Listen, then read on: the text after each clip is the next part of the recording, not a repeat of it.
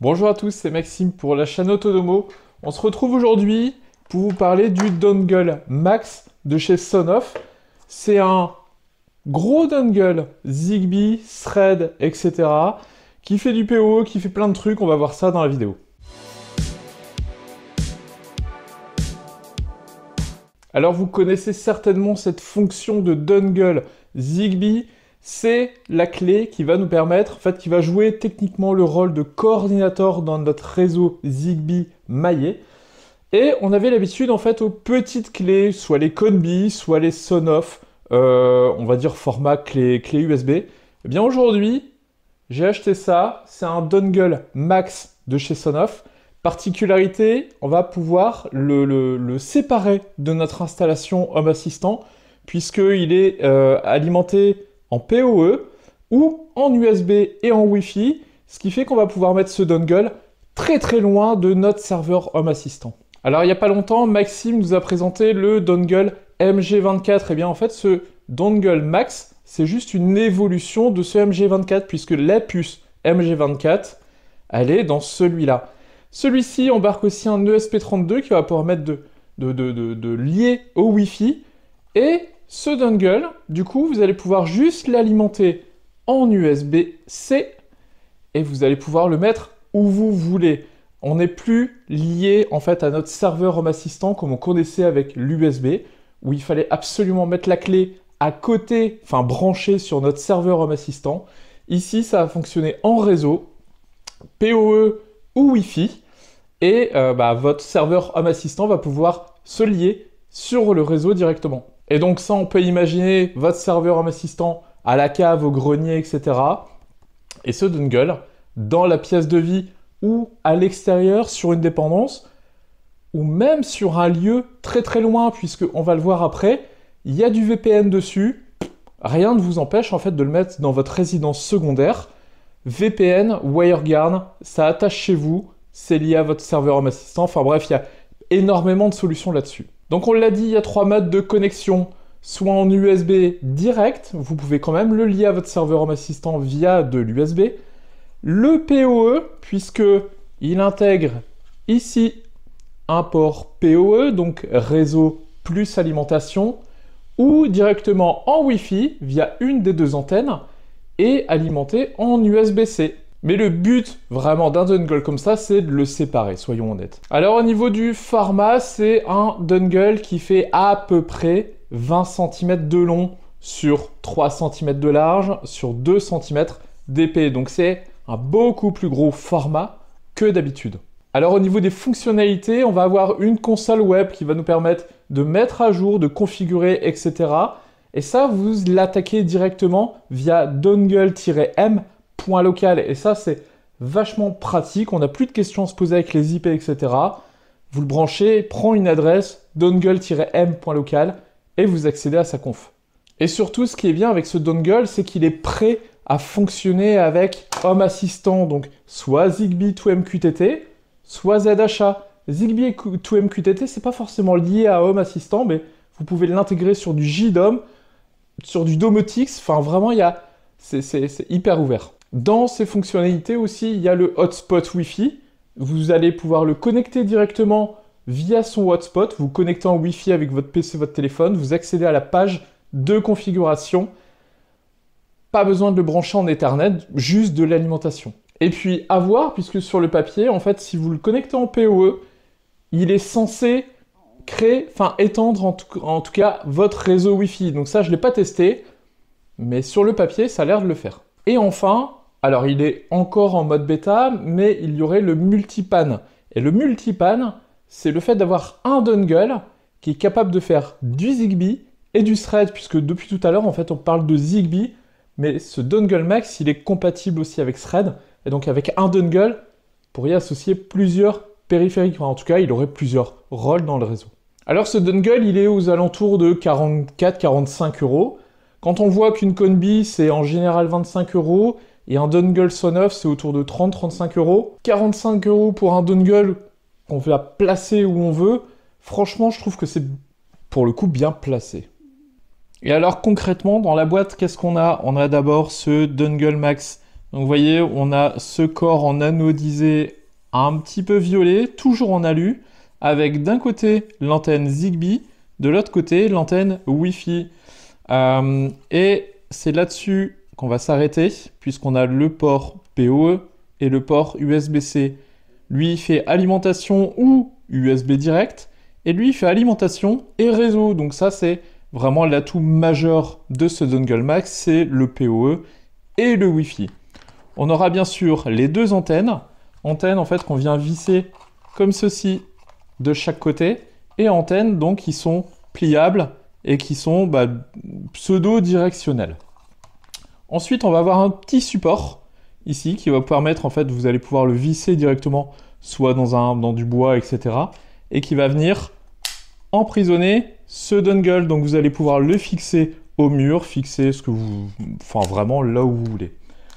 Pour le fixer, on aura un petit jeu de chevilles en plastique avec les vis qui sont fournies. On aura aussi des petits pads autocollants, donc qui peuvent venir se fixer donc directement soit sur le support, ou soit directement sur le dongle. Bon, moi je vous conseille quand même d'utiliser le support, puisque il est là pour ça. Et on a aussi le petit manuel, donc de Sonoff, mais par contre, je vous conseille vraiment d'aller voir la doc en ligne, puisque, alors à un endroit, vous avez le QR code pour y aller, mais au moins la doc en ligne est à jour, vous l'avez en français, enfin, c'est vraiment très très bien expliqué.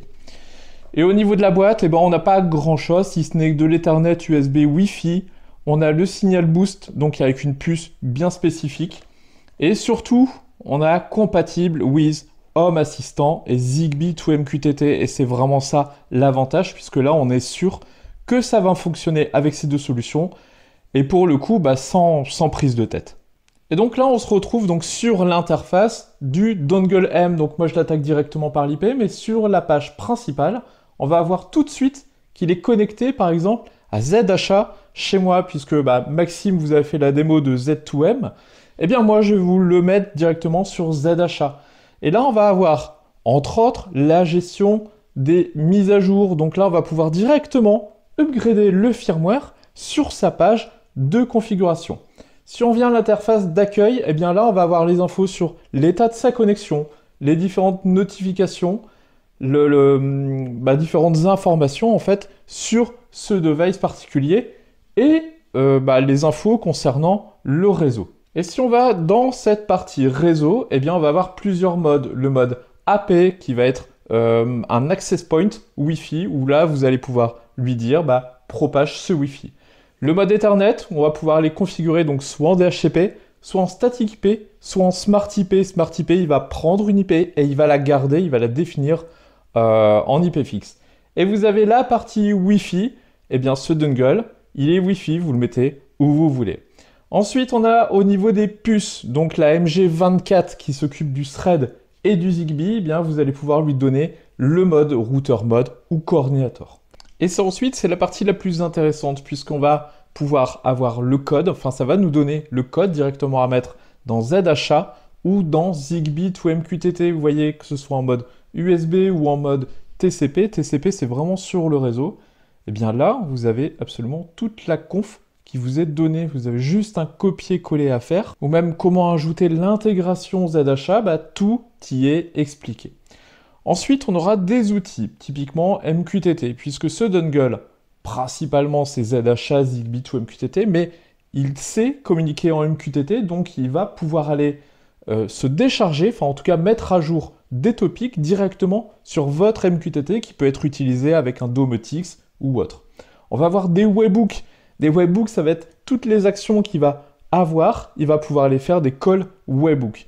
Ensuite, on va avoir WireGuard. WireGuard, c'est le VPN. Et ça, cette fonctionnalité, je trouve que c'est le feu, puisque vous allez pouvoir utiliser ce dongle dans une autre résidence, par exemple Hot Wi-Fi, Hot fournisseur, des périphériques Zigbee là-bas. Vous mettez ça et vous êtes relié directement à votre Home Assistant.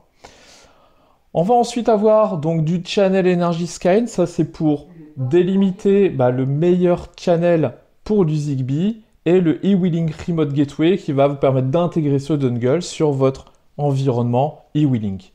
La gestion des firmware, on en a parlé, mais encore une fois, c'est ultra pratique. On connaît la plaie pour mettre à jour en fait une Conbi, et bien là vous l'avez directement et vous avez la possibilité d'aller sur le site directement de Sonoff pour mettre à jour votre dongle. Donc ça va rechercher le dernier élément, etc.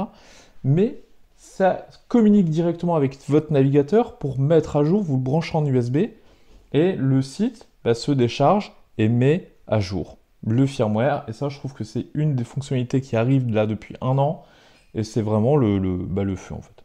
Ensuite, on va voir la partie donc sécurité, changement de login, etc. Et la partie settings, on va pouvoir changer le nom du dongle, jouer avec la LED, l'éteindre, la langue en fait de l'interface, etc. Et on aura aussi les time zones donc pour l'heure et la date.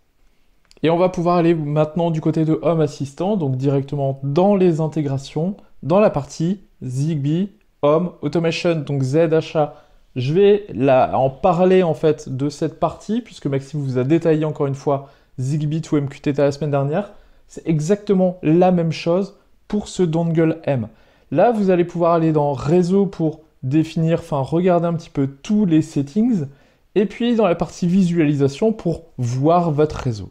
Et là, tout simplement sur la page de ZHA, on va pouvoir ajouter un appareil, et là, on va passer notre appareil en mode association. Tout dépend de votre appareil, mais en tout cas, moi, c'est un capteur de porte Aquara, et je vais juste mettre un trombone en fait pendant 2 secondes. Voilà, mais du coup, en fait, notre appareil, il a été détecté en 3 secondes et demie. Là, je vais pouvoir lui mettre une pièce, etc. Mais en fin de compte, mon petit sensor de porte, eh bien, il est reconnu directement. Et là, concrètement, alors je vous le montre pas, mais en tout cas, mon dongle, il est à l'autre bout, il est dans le garage, à 100 mètres de la maison. Et là où une Conbi qui sera attachée en USB à mon Home Assistant ne détecterait même pas arrive à la moitié, eh bien là, j'ai du Wi-Fi qui est dans le garage, le dongle M qui est sur le Wi-Fi, et mon Lumi, en fait, qui est là-bas, qui est capté directement. Et ça, je trouve que c'est vraiment le feu, encore une fois, pour ceux qui ont des grands espaces, des dépendances, et même une résidence, très très loin de chez soi. C'est incroyable. Et là, on peut retrouver sur la page, en fait, tout notre capteur, puisqu'on va le voir, le Lumi Start. On a l'ouverture, on a la batterie, etc. Ça réagit parfaitement. On a une synchro de à peine une demi-seconde. Donc c'est vraiment ce qu'on veut, en fait, et ce qu'on cherche, c'est une fluidité de notre réseau Zigbee.